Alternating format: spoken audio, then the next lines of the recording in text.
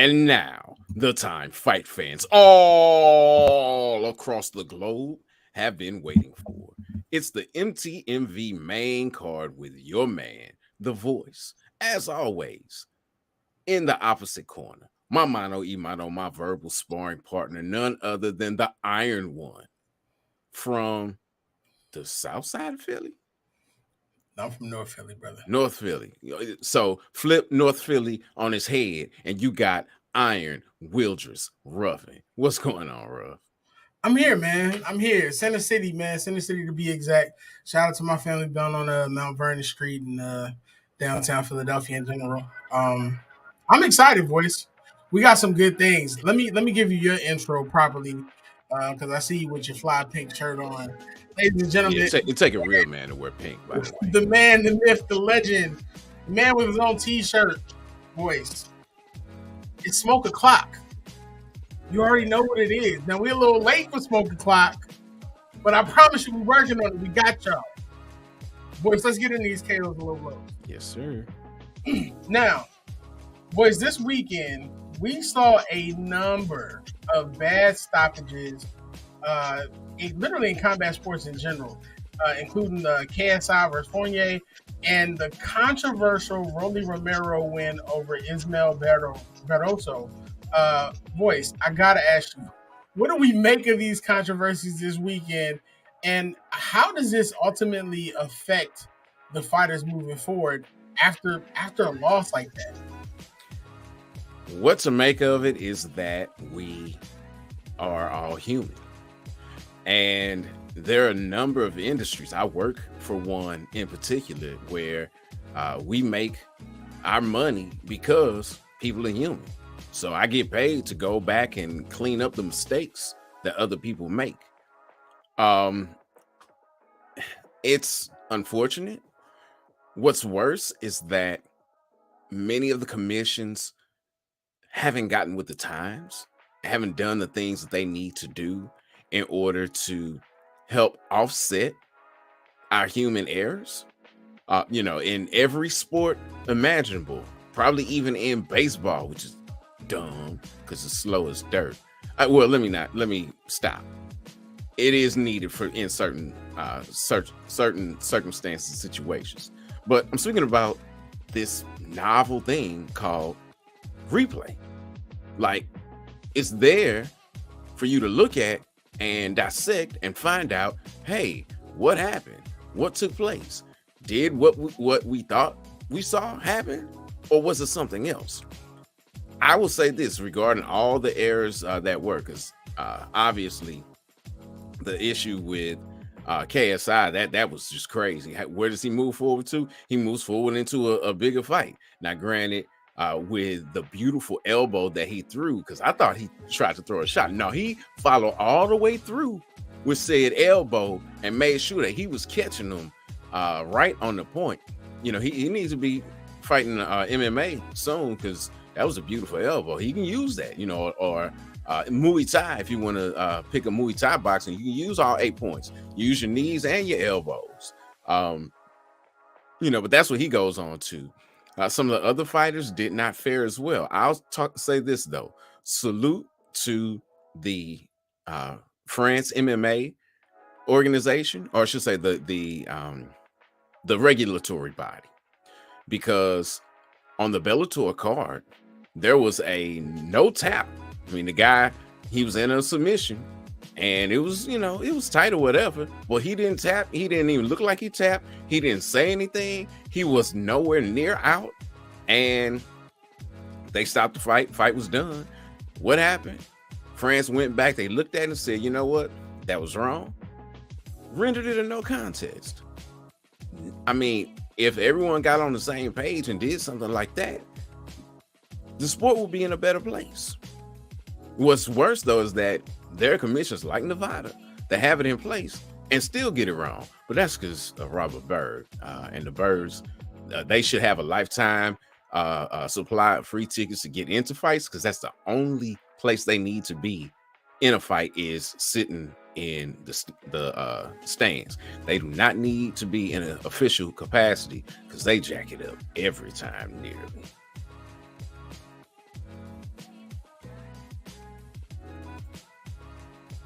I'm sorry, it gets bad, and you definitely understand that they're humans.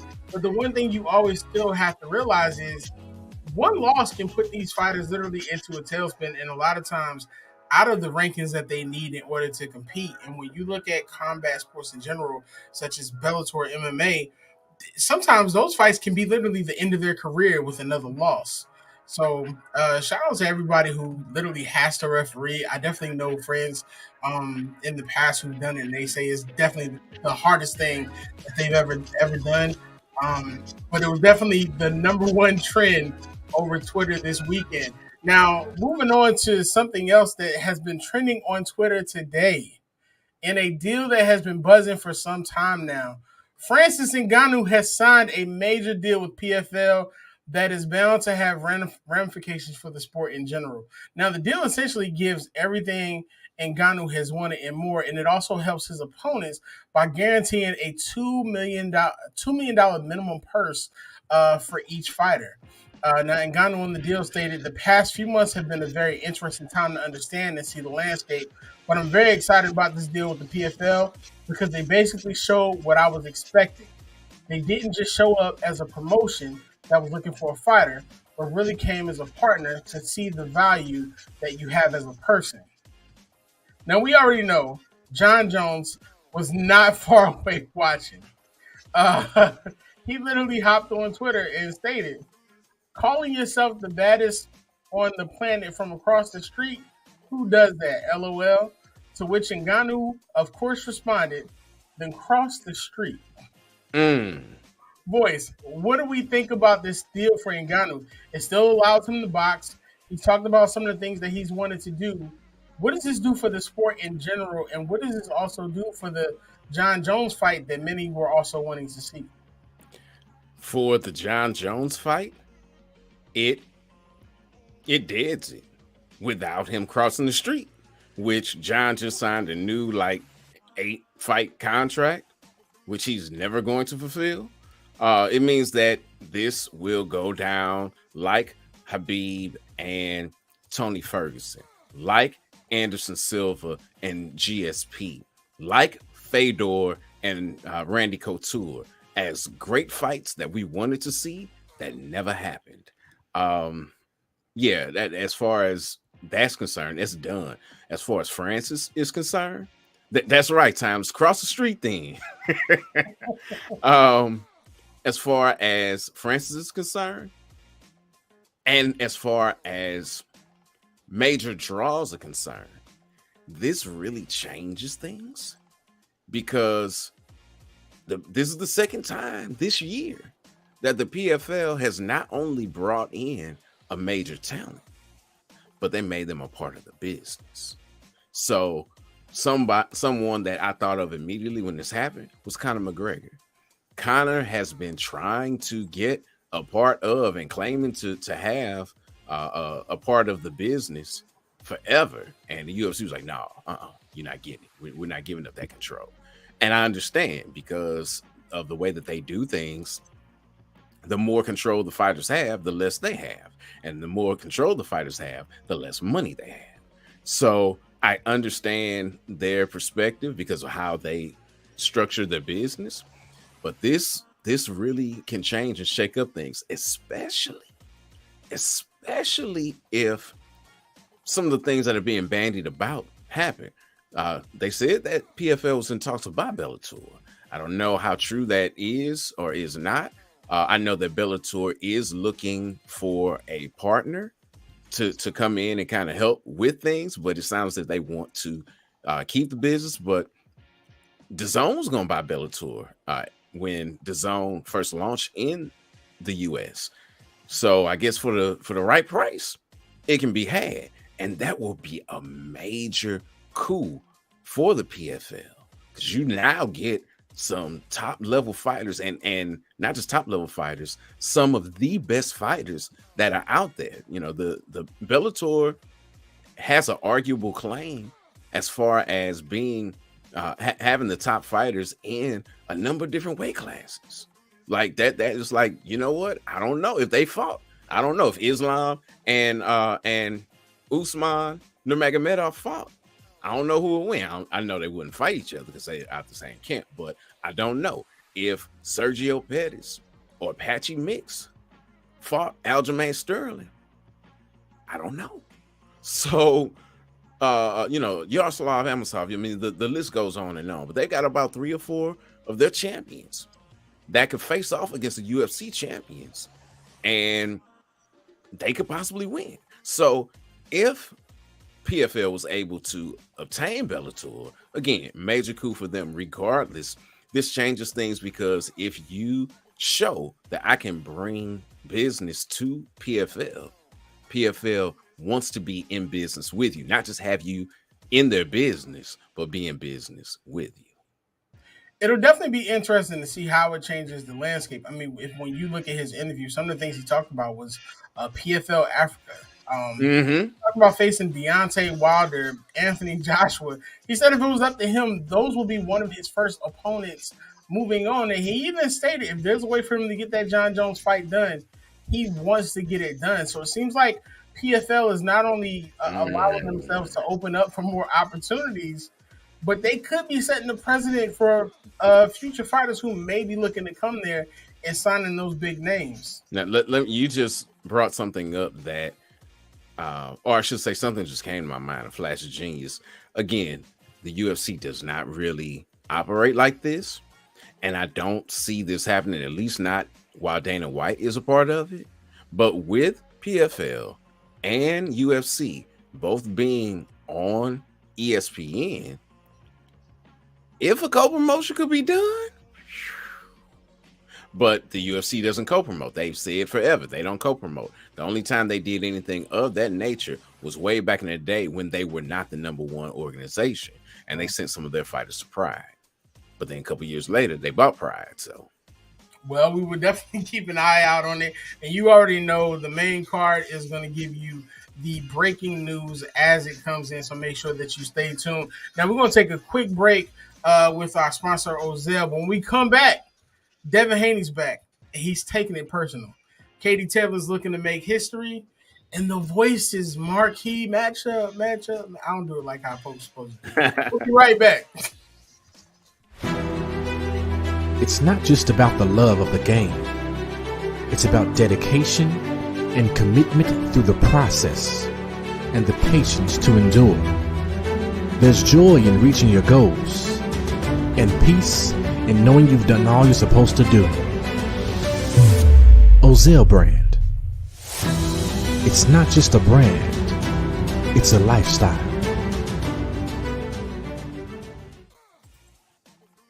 Shout out to the Ozell brand, and shout out to Will Smith, man, for the amazing voiceover, the Ray Lewis style voiceover makes you want to run through something. Ladies and gentlemen, let's get into it. In one of the biggest bouts of the year, that's 4 years in the making, boxing fans will finally get the answer to the question, who is the best lightweight in the division, when Devin Haney and Vasily Lomachenko meet with multiple titles on the line at the MGM Grand Garden Arena in Las Vegas. Now, this bout has not come without its controversies, with everything from Haney believing that Top Rank is playing favorites to Loma for Top Rank playing favorites for Loma, to even some believing that Loma was ducking Haney in previous fights. Now, Haney said recently, I told Loma to fight me then because it will only get worse, and it will only be a worse beating than it was 4 years ago. That's for sure. When Loma had the belts, he didn't want to fight. He went in a different direction. When I got the belts, I fought. I fought for him. I went to show him levels above and how much better I've gotten since my last fight. I'm stronger, faster, and I'm more explosive than I'm getting. We got to see this. We're training for the best fight out of him, and I'm looking to make it as easy as possible and handicap him of his attributes. So we're preparing for whatever he brings to the table. Now, on top of that, you can count Bill Haney as one person who does not believe in the Loma hype. Now, he stated he only has 2 losses, and in both of those losses, he's made excuses. He say, I'm looking to have my son put a nail in the coffin of Mr. Lomachenko and send him on his way. Now, Loma, of course, has only taken those 2 losses in his career. Neither of those are by knockout, One was that unanimous decision loss to Teofimo Lopez in 2020. And of course, his first defeat was to Orlando Salido in 2014 for that featherweight title. Based on Devin Haney's comments, he's literally looking to finish Loma as badly and as quickly as possible. His last statement that he said during his press was, "I don't care to have a relationship with him. I don't care to be his friend. I want to beat him bad. I'm mad at Loma. We're not friends. He made me wait all this time for these belts, and we're not cool. It's personal, and on May 20th, we put it to rest, and my era as the number one pound for pound is around the corner." Voyze. Now, we're finally getting one of the biggest fights we've been waiting for. So the first thing I want to ask, of course, we have a two-part question. The first thing I want to ask is, who needs this win more? And I want you to be the promoter and tell me what happens next for each fighter with a win or a loss. All right, before we go into that, let us go into our weekly wrestling corner. So I don't know, we want to call this a turnbuckle or what we want to call it, but let us humor Crispy. What as far as what I think of former UFC champion Brock Lesnar fighting the American Nightmare Cody Rhodes at the Night of Champions of Saudi Arabia, I will share with you, Crispy, as I stated last week.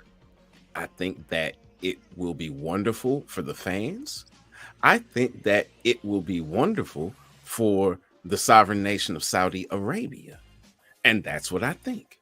I think that watching highly skilled choreography is very entertaining. It's just not anything that I am interested in. The backhanded compliments, Voyze.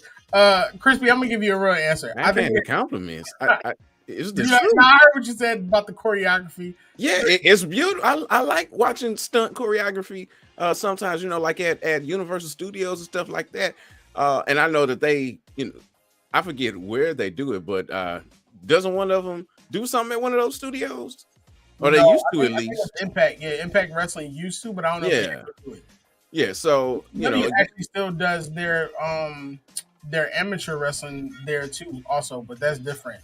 Crispy, to answer your question for real, I think it's going to be a great match. Anything better than what they gave us at Backlash in Puerto Rico, because that fan base went crazy for it. But if it means that Cody gets to finish the story, that's the whole goal. But at some point, I think Brock's probably going to be retiring soon, so this might be the end of it. Okay. Now, when they bleed, you have real blood in choreography. They said, okay, at this point, bring the razor out and slash his head. No, they don't do razors no more, boys. Okay. Just because it's blood doesn't mean it's choreography. I mean, it's not choreography. You got many a martial arts movie where they actually make contact. Like Jackie Chan in his movies, they make contact. Doesn't mean it's not choreographed, Mr. Thomas. That's right. That's right. Come correct when you come. You letting them take you out your element. You need me to ask the questions again? Yeah, I don't remember nothing. Now, it's the biggest fight of the year, one of the biggest fight of the years we've been waiting for. Right. Who needs this more? And I want you to be the promoter and tell me what's next for each fighter with a win or a loss. All right. So I'm probably going to need the win and loss again in a minute. But who needs it more? The old man, the one who does not have the belts. He needs it the most because he is more than likely on the backside of his career. When he fought after having a year off to fight for real in Ukraine, he came back, he won, but did he look like the Loma of old? No, not really. I mean, he did his thing. He won. He got the job done. But it wasn't that slick movement that we're familiar with, and the devastating clean shots that he's thrown in the past. He wasn't asking corners to stop it. This go round. He just got the job done. So Loma needs it more. Now, as far as where we go from here, There's been talk with Haney as far as either fighting Shakur Stevenson, which is possible. He really should go up in weight, especially since there's a lot of talk around 140 now. Tails there, he's doing this thing. Got Regis Prograis doing this thing. There are a number of different things going on at 140 currently. So him going up would probably be best for him. But staying back to fight a Shakur Stevenson, that would be pretty big. That would be pretty big. Now, as far as who needs what more in this fight, or I should say what Haney needs in this fight, with this being his first pay-per-view fight ever, is he needs everybody and their mama to tune in and pay for this fight, especially coming right behind the biggest pay-per-view of the year between Tank and Ryan. Oh, he needs big numbers to be done. Real big numbers. Now, as far as where does Loma go, he's probably retired because it's not going to get any better for him. He already dropped back down to 130, from fighting at 140. Could he go up? Yes. But if his skills are diminished and he loses, then no. Now, if he wins, oh man, there's so much you could do. He's definitely going to fight Shakur next if he were to win.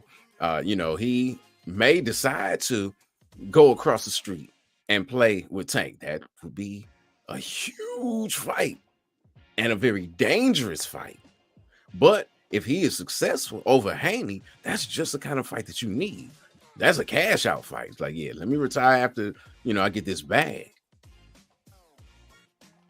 I mean, you stated that it all can go both ways. It seems like there's a bunch of individuals in the lightweight division who are all stating, listen, I'm the best pound for pound. Now, we know Ryan Davis is not in that conversation anymore, but a potential Tank Davis bout with Devin Haney doesn't look bad either. I mean, they've gone back and forth through the media, so that would be great. But you are right. For me, Shakur Stevenson seems to be the wild card that I feel like everybody probably needs to fear overall, because that's, for me, he's probably the complete package out of everybody.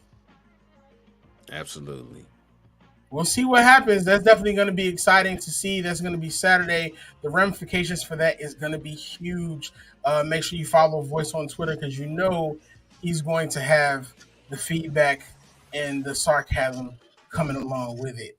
Now, moving on to history that's going to be happening. When you think of pressure, you're going to have to think about Katie Taylor. Now, this Saturday at the 3 Arena in Dublin, Ireland, the undefeated and undisputed Taylor, who was originally looking to face Amanda Serrano before her injury was announced, called out fellow undefeated and undisputed British champion Chantel Cameron for the WBA, WBC, IBF, WBO, IBO, and the ring female light welterweight titles. Mm-hmm. And it's all going to be happening in Taylor's backyard of Dublin.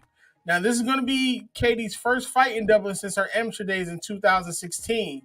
And she is not lacking any confidence going into the fight. And she recently stated it's 2 undefeated, reigning undisputed world champions going up against each other. And I believe that's the first time that's ever happened in the modern era of the sport. People have been talking about this fight for a long time now, so I'm delighted it's happening. And I'm looking forward to becoming a 2-weight undisputed champion in Dublin on May 20th. Now, Cameron doesn't see that homecoming bout for Taylor as anything else but an advantage for her going into the bout. She said it's going to be hostile, but it's going to give me a lift. It's going to make me more up for it. I've got no pressure on me, whereas Katie has got all of the pressure on her. They're all there to see her. People are overlooking me. It's all about her homecoming, and I'm going to shock a lot of people by ruining that homecoming. If this fight was a year or two ago, it would have been in her favor, but I've progressed, and I've put on some good performances. I'm too big and busy for her. Katie is very fast, and she's a good boxer. She stated, we've seen Katie get the nod before in fights that could have gone the wrong way. It's sport, and fighters shouldn't be cheated. And I'll be lying if I said it's not a worry, but I've done everything I can to make sure there's no doubt about the decision. Now, Voice, both of these fighters are coming in confident, but I got to get your thoughts on what Chantel Cameron stated about Katie Taylor. She basically said that there were fights that went Katie Taylor's way that shouldn't have, and she's looking to expose her. How much of an edge does Cameron have going in here with it being in Katie Taylor's backyard? I don't know if that's an edge or not. Fighting at home can be the greatest boost ever.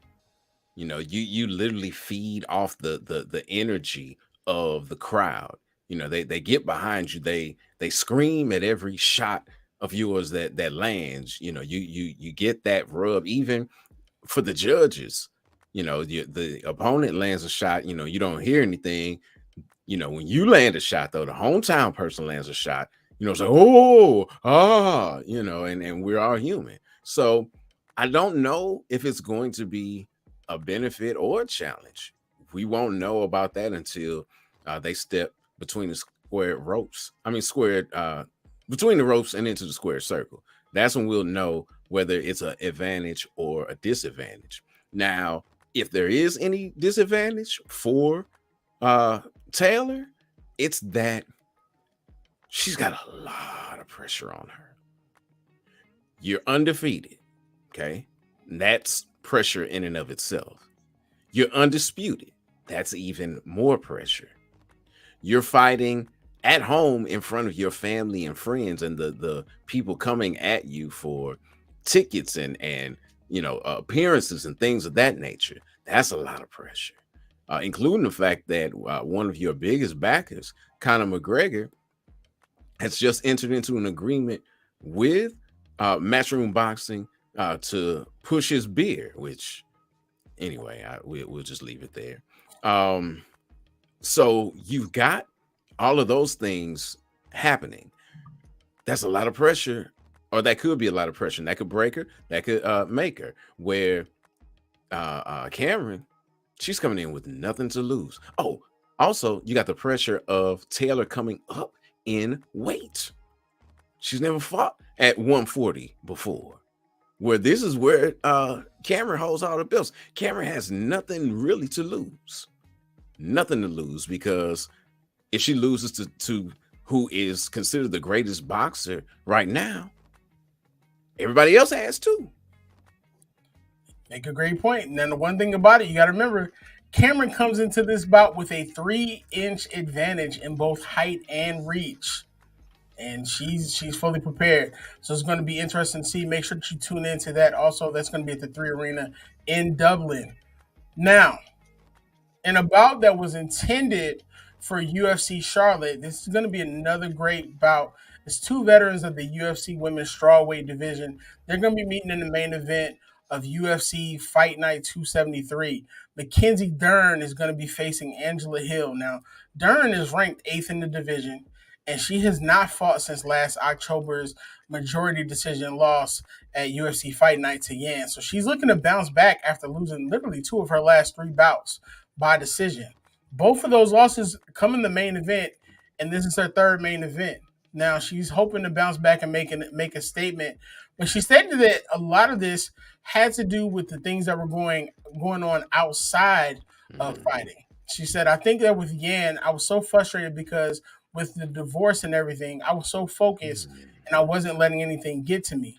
I was focused on the fight, but the fact that I still wasn't able to get it, it really pulled on my heart. This fight is actually even worse because I don't know for who's ever been through a divorce, but the beginning of the divorce was a little bit easier than now. Now it's like child support, etc., and all these lawyers. So I'm definitely going to be looking more into this camp than usual because my personal life right now doesn't make a lot of sense, and it gives me more motivation. She said this camp has been crazy, but she also stated that the fans will have an opportunity to see new changes as the recent losses have motivated her to change her grappling during this camp. She said, I've corrected a lot of things and I've learned so much from the last fight. It was a close fight, but I think that I'm going into this fight with a lot more understanding of the rules. I understand that MMA has rules to it and that it's not just about submit, and finish. It's much more about winning each round, and the submission comes as a consequence of all that. So I'm a little bit of a smarter fighter. Voyze.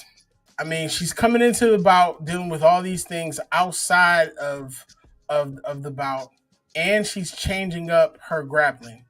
What should we look forward to in this bout between these two, and what should we expect? Because Angela Hill is ranked 14th.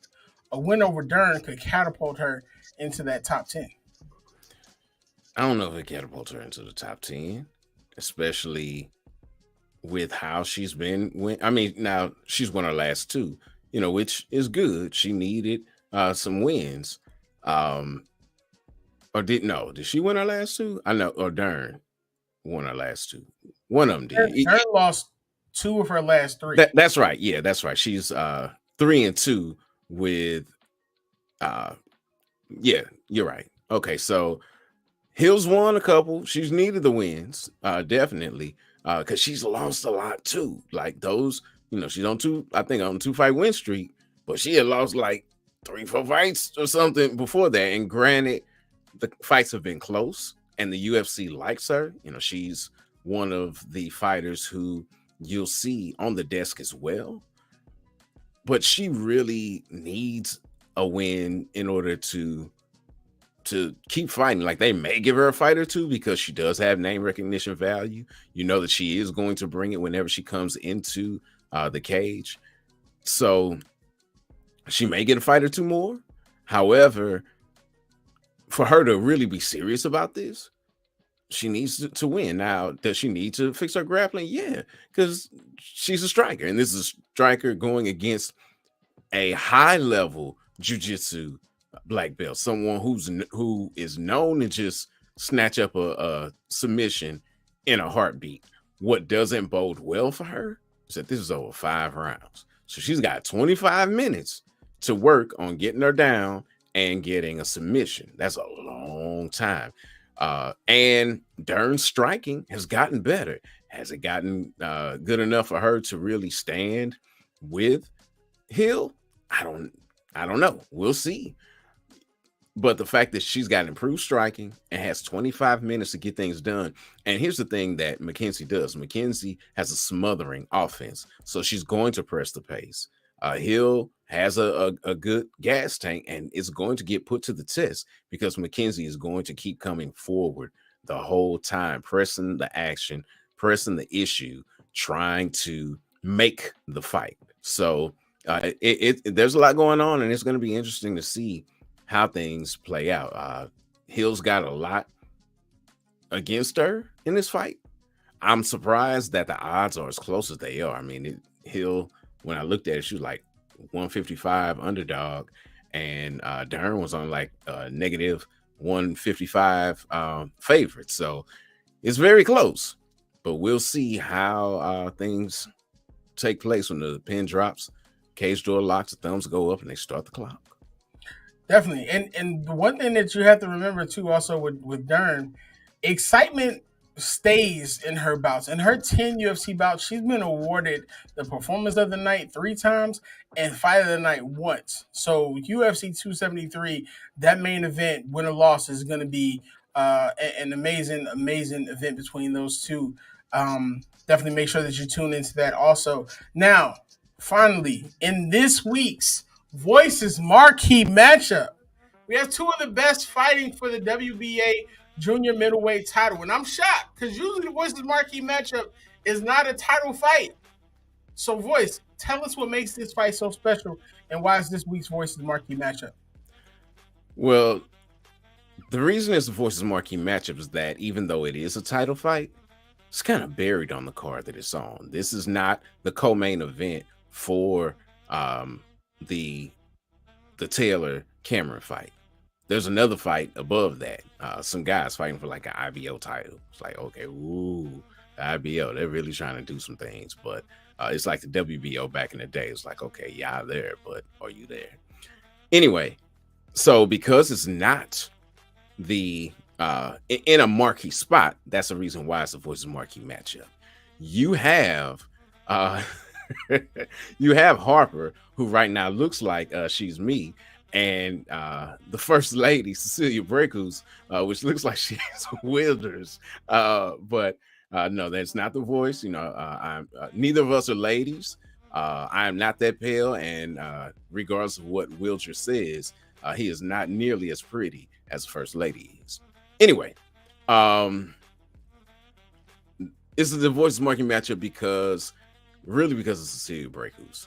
She has been a trailblazer as far as women's boxing is concerned. She's only lost twice in her career to the same person, Jessica McCaskill.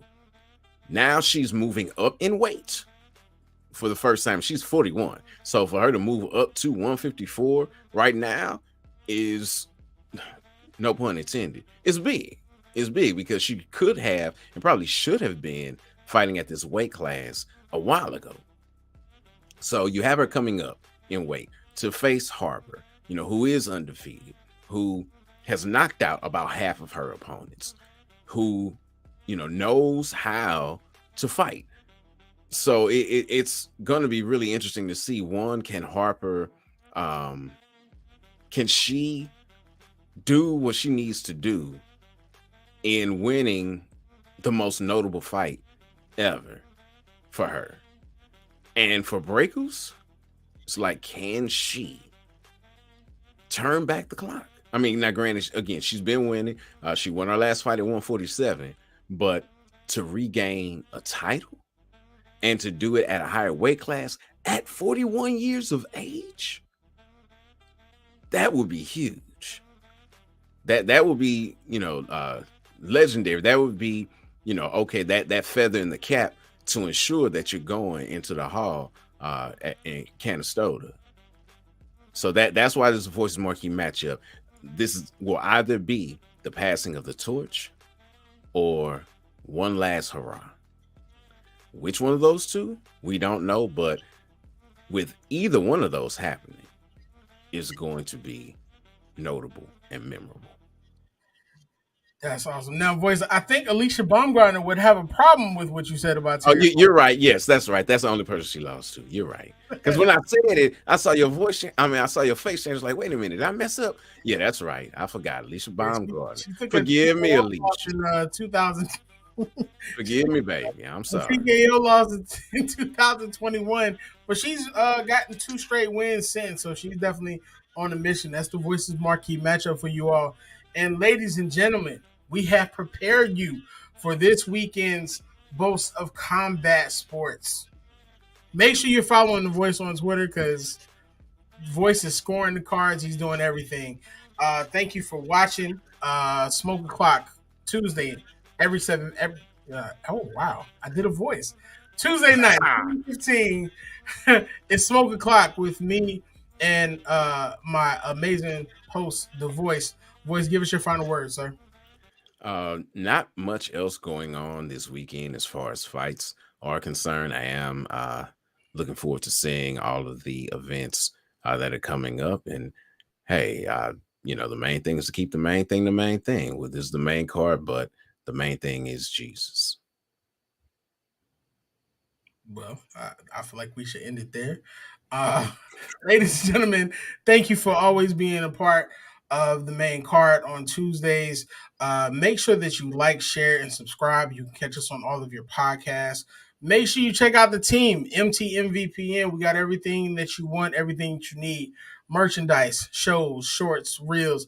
Make sure you check our YouTube page out for some of the best reels in the game. Voyze, take us out. Until next time, fight the good fight.